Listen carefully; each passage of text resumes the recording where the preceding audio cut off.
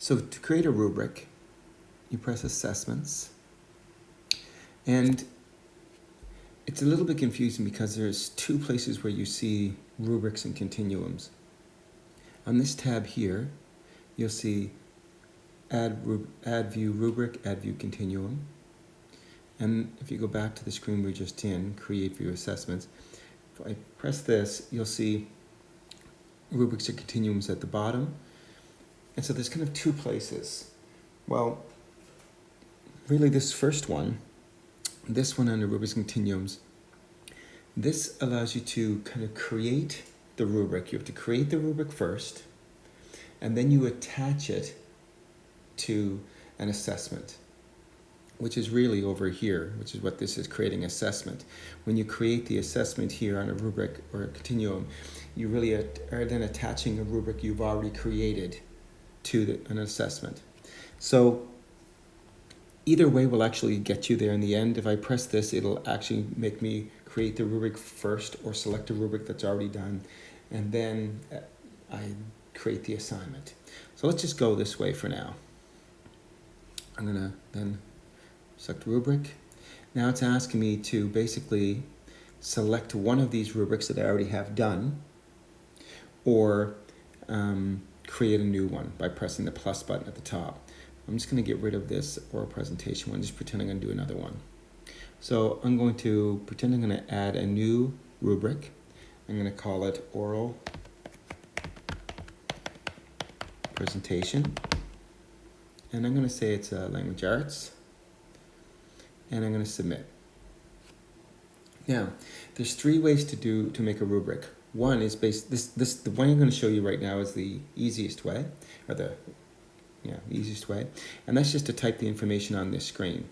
But there's two other ways which are in subsequent videos, and if you want to see how those are done, you press the video button at the top up here, and you'll see that there's a way to get a photo to make a rubric, or a way to go to a website, and that's really by pressing this button. You can see here, insert a photo, so I can get a photo, take a picture of a rubric I've already, or no, insert a photo is a little different, where I could already have a picture of a rubric that I have created on paper, or a screenshot from a website one, and use that, or I can take a photo. So in this video, I'm just going to show you this, if I was going to enter the information right here on the screen. So I would, up in substage, these are the kind of the categories, so it's the ratings, whether it's going to be like this is a level 1, level 2, level 3, level 4. You can use numbers, or you can use words, or words and numbers. I mean, I could put beginning here. Oops. And, developing next or whatever. So I could have words and numbers at the top. On the side, it's basically kind of what you're looking for. What's the category for that row? So let's say for this, it's volume. And let's say maybe for the next one, it's eye contact or whatever. Okay, so I have my list on the side. In each of these, you just write in or type in the descriptor for what a volume, a beginning level of volume would be. So I just type that in, whatever that is, and then if the next one, whether it's developing for volume, I type what that is, and so on. So basically just fill this out. Leave out whatever you don't need, so I don't have to fill all these in, that's for sure. And then when you're done, you just press submit. Now it's going to ask, it says this is now saved. It's saying, would I like to create an assessment using this rubric right now?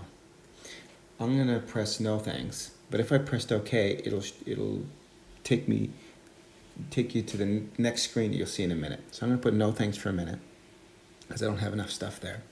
And I'm going to go into the sound, this one here, that's kind of a more complete one, so you can see. I'm going to submit again. Do I want to create an assessment with this now?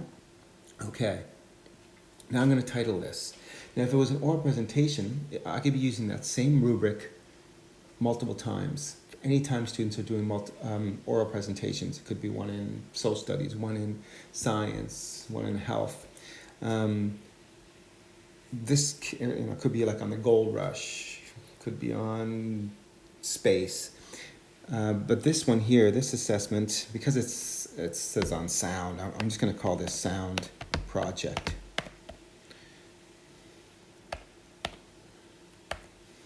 And the subject I'm going to say is science for this one. And I'm going to say term 2. I'm going to leave the value out for now because you can put it in later. I'm going to go rating scale. I'm going to say, because there's a 4-point rating scale on the top, I'm going to use a 4-point on this, but you don't have to.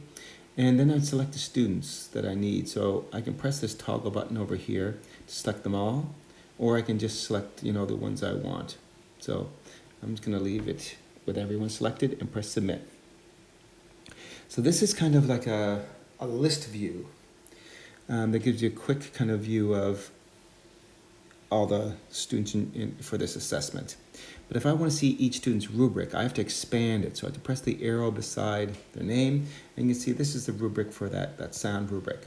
And I would just go, got this, they're here, and just tapping on it. I could put in a score. Let's say they've got, oops, I'm going to untap. If you tap and make a mistake, just untap it. So I have 4, 5, 6, 7, 8, 9, 10, 11, 12. So they have really 12 out of 1, 2, 3, 4, 12 out of 16. And so, oops, I'm going to put 16 in here. So I'm going to say overall that 16, and I'm going to say that's proficient. And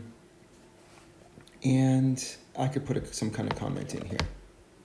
Now, if I wanted to go to the next person, I could just press a fast way, is pressing this top, go to student, and go to whatever student I want, like Harris on Fire.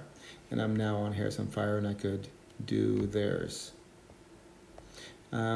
Or I could use the shrink button and go to the student by just going to the expand button beside their name, the expand arrow. So anybody home, that, and do them.